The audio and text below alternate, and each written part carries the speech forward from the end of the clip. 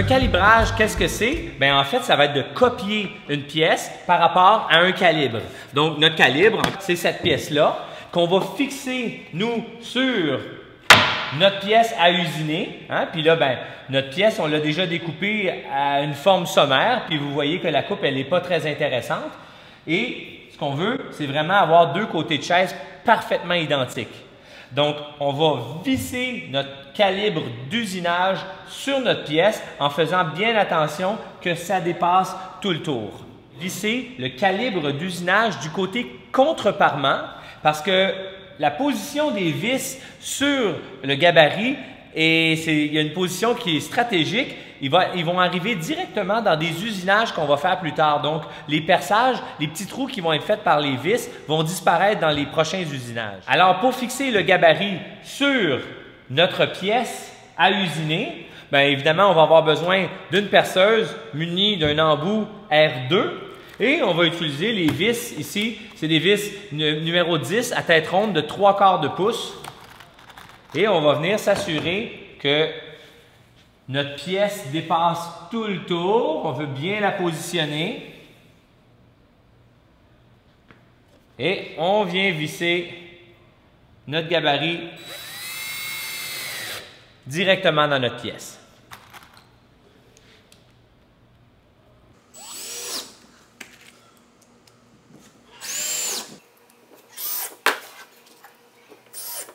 Vous devrez aller vous chercher au magasin un plateau de toupie inversée, ainsi qu'un couteau de calibrage. Donc, on appelle ça un couteau droit à roulement à billes au bout. Donc, en opposition à un couteau de calibrage à roulement à billes à l'arbre, nous, on va utiliser cette fois-ci un couteau à roulement à billes au bout.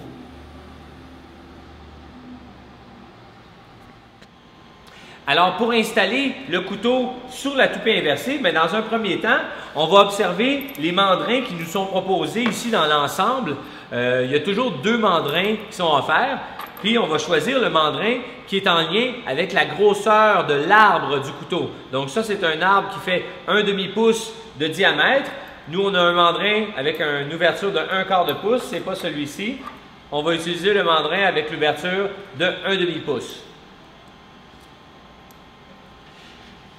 C'est important de rentrer le couteau, son arbre, au minimum à la profondeur maximale du mandrin. On veut que ça soit bien rentré au fond pour que le mandrin fasse bien son travail de retenir correctement le couteau.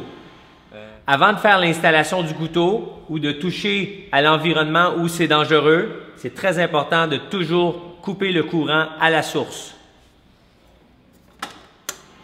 Alors, on n'aura pas besoin de guide dans ce cas-ci. On va donc, le guide qui est sur par définition, hein, par défaut qu'on retrouve sur la table, on va l'éliminer.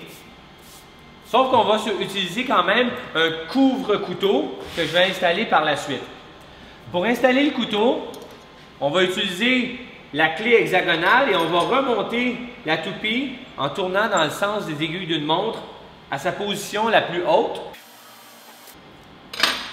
Et on va venir visser le mandrin après l'arbre du moteur. On commence par le faire simplement à la main. Puis ensuite, à l'aide des 2 clés, on va venir serrer correctement le mandrin sur l'arbre du moteur. Maintenant que le couteau est bien serré dans le mandrin, ça va être le temps d'ajuster sa hauteur. Ce qu'on va vouloir, c'est que le roulement à billes du couteau vienne rouler sur le gabarit d'usinage, hein, sur le calibre d'usinage.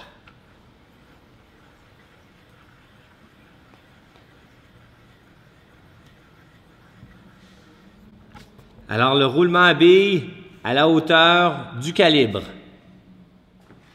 Après avoir installé le couteau, on va réduire l'ouverture de la lumière en mettant la plaque lumière adaptée à la grosseur du couteau, donc pour refermer l'ouverture au maximum. On utilise cet outil-là pour venir le serrer et c'est indiqué dans quel sens le serrer.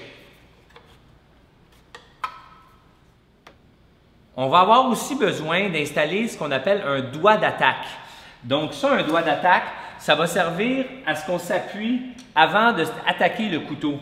Parce que à la volée comme ça, si on attaque le couteau sans avoir un petit point d'appui au départ, on risque de se faire entraîner par le couteau, puis ça risque de faire des bris, là, de créer une situation un peu dangereuse. Enfin, on va s'installer un couvre-couteau en plexi comme ça, un petit dispositif maison qu'on s'est fait pour rendre le couteau vraiment inaccessible par la main. Donc, pour ça, vous allez voir, on a des poignées sur le dessus de la table, puis il y a des ouvertures qui sont filetées. Et on va installer le couvre-couteau ici comme ça. Puis on va le mettre à la hauteur la plus basse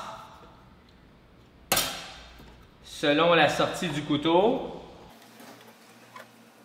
Puis évidemment, la règle de base, ça sera de jamais aller mettre nos mains en dessous de ce plexiglas-là pour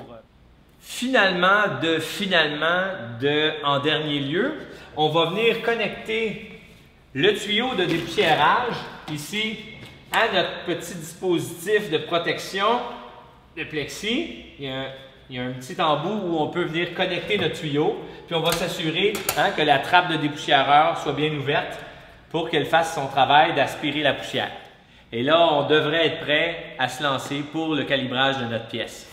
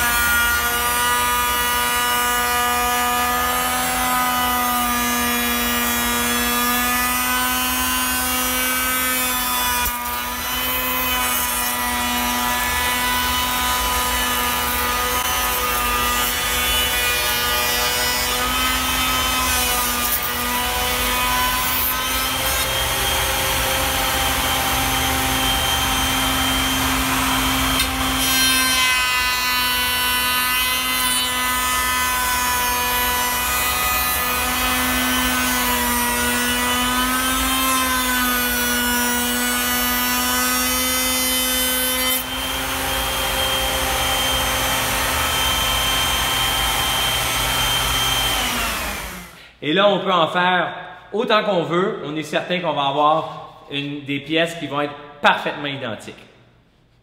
Alors, c'était le calibrage. J'espère que ça vous a plu. À la semaine prochaine!